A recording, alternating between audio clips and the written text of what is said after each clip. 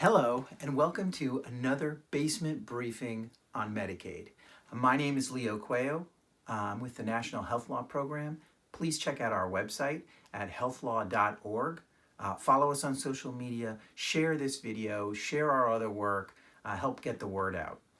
We're going to change the format of the briefing a little bit today. Today we're going to do a top 5 in 5 minutes. You know, I'm very busy these days. I have a lot of fancy social engagements to attend to. So anyway, what are we going to talk about today? Well, for the last 3 years, the Trump administration has been trying to implement a policy in Medicaid where they terminate the health insurance of people who don't comply with a work requirement. In Kentucky alone, this would have resulted in upwards, maybe even more than 200,000 people losing their health insurance. This policy has actually not been implemented. Why? Because we have successfully blocked it through litigation. We have sued the Trump administration in multiple different states, stopping this policy. We have won in 4 states, and a 5th state is pending. So it's kind of like a little national whack-a-mole game where we're the hammer. So in addition to being illegal, these work requirements are terrible as a matter of health policy. They're actually counterproductive. And so that's what we're going to talk about today. Top 5 reasons why work requirements are terrible policy. Number 1, they would make COVID-19 and the epidemic worse. How? Well, we have a pandemic. We know tens of millions of people have lost their jobs, and no one else is going to be able to get jobs. Under work requirements, that prevents people from having health insurance.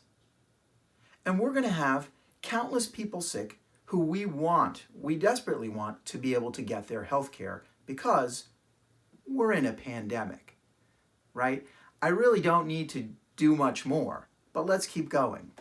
Number 2, work requirements actually don't help anybody work. Let's talk about work, because we all want people to work.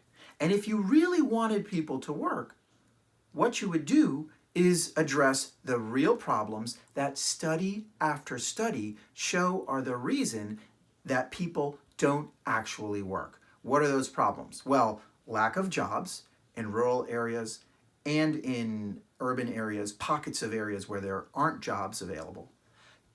Lack of job training, right? People need the skills to actually be able to work the jobs that are available. You need to expand access to childcare. You need to expand access to transportation to solve those issues for a bunch of workers. And you need to get serious about tackling the opioid epidemic. Those are the problems that are preventing people from being able to work. Work requirements don't actually solve any of those problems.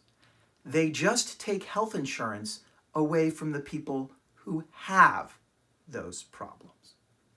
Number 3, work requirements are a pointless waste. Why? Well, the actual data will show you that most Medicaid enrollees are already working. It's just not necessary.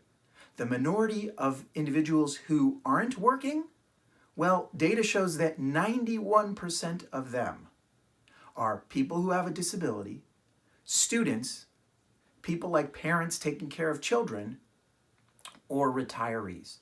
So most Medicaid enrollees are already working. The ones who aren't have a good reason for not working.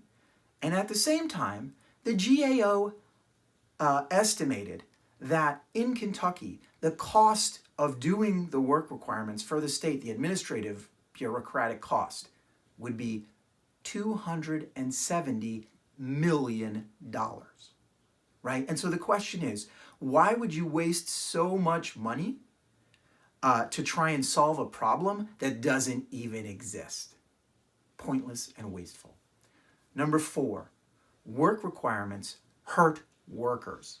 This is probably the most absurd element of the work requirement, which is that it actually terminates the health insurance of workers, right?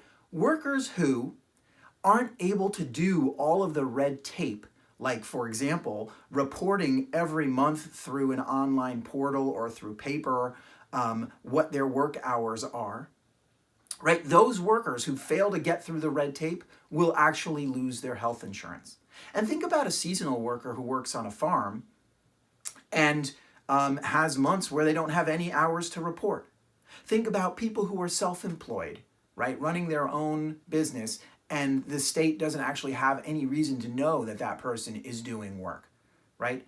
All kinds of workers like that get their health insurance terminated. Number 5, work requirements are actually counterproductive. This is not rocket science, people. Just think it through. Millions upon millions of workers in this country have a chronic health condition, right? They need to take medications or get a treatment or get their insulin in order to be able to work. Healthcare enables working. We actually saw this clearly when Michigan and Ohio expanded their Medicaid coverage. They expanded Medicaid. They surveyed and they found that, in fact, providing people with coverage helped a lot of people look for work and helped a lot of people retain their current employment. If you take away that health coverage, you actually reduce the ability of people to work. But of course, if they are pushing a policy that will take away the health insurance of 200,000 people in just one state, do you really think they're trying to help people work? Survey says,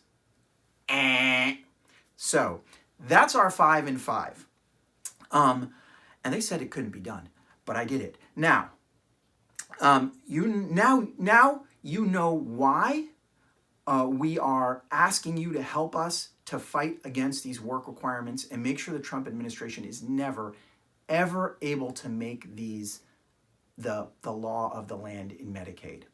Check out our website, healthlaw.org, for a ton of information more about our litigation against work requirements, trying to stop them, our other materials. Follow us on social media, share this post, share other things from us, and most of all, keep breathing, my friends. Thank you.